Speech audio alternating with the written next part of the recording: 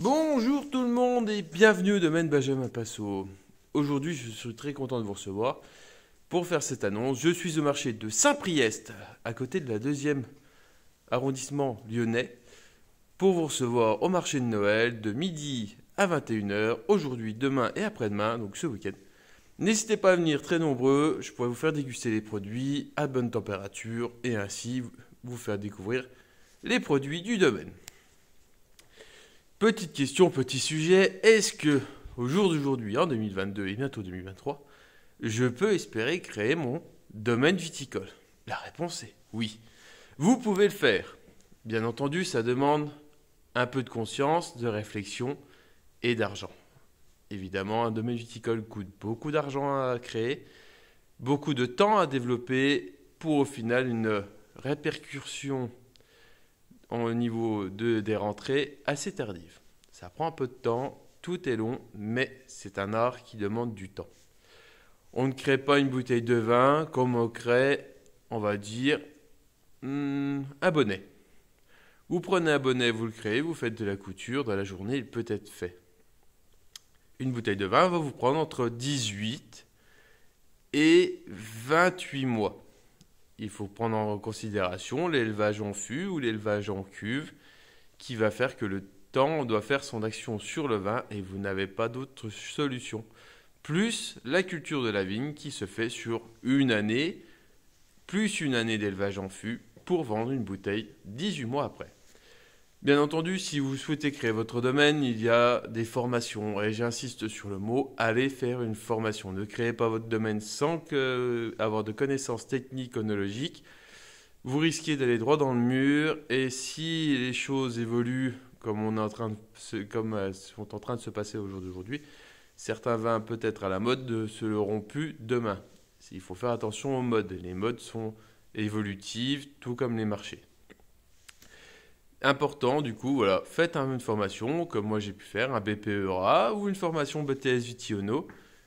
C'est des bonnes formations, riches d'enseignements, et au moins ça vous évitera certainement de faire certaines erreurs. Je vous conseille aussi d'être travaillé comme salarié pendant plusieurs années pour acquérir de l'expérience. On ne devient pas boxeur sans expérience, on ne devient pas viticulteur sans expérience. Il faut les connaître, il faut connaître les détails avant de se lancer. Se lancer du jour au lendemain peut être un gros risque, un gros pari, et des fois ça peut manquer de réussite. Voilà. Après, qu'est-ce que je peux vous dire d'autre?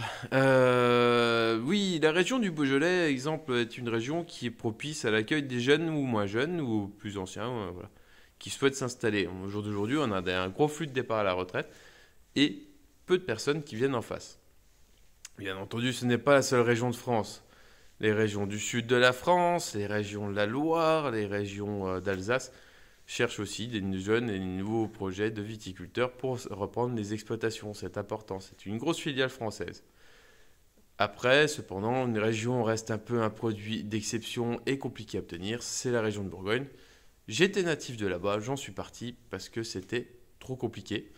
Et le Beaujolais m'offrait des nouvelles opportunités que je n'avais pas ailleurs et des possibilités de faire des vins de grande, on va dire, notoriété plus facilement qu'en Bourgogne. Avec un exemple, le Juliénat Vaud 2020 qui a fini devant certains premiers crus de Bourgogne, tels que des Gevrey-Chambertin premiers crus, des Nuits Saint-Georges ou des Chambols, et ex aequo avec certains Beaune et Moret. Je vous renvoie à la feuille du GJPV, les must, je sais plus comment le deuxième mot, j'ai perdu le nom. Vous regardez sur ma photo Instagram, vous allez retrouver cette liste où je suis ex aequo avec plusieurs premiers crus et grands vins de la côte de Bourgogne. Et oui, c'est important. Et du coup, pour nous, c'est une super opportunité pour moi et aussi pour l'ensemble de mes confrères du Beaujolais. Dans un sens propre, c'était aussi une opportunité pour nous de démontrer que le Beaujolais aussi a des grands terroirs avec une possibilité de faire des grands vins égalant ceux de la région voisine.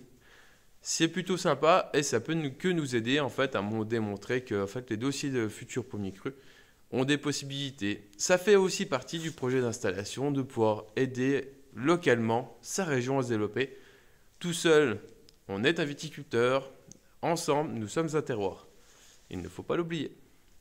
Sur ce, si vous avez des questions sur les formations ou comment je peux faire, n'hésitez pas à me demander, je serai très heureux de pouvoir vous aider et vous renseigner. Sur ce, je vous dis bonne journée et à très bientôt.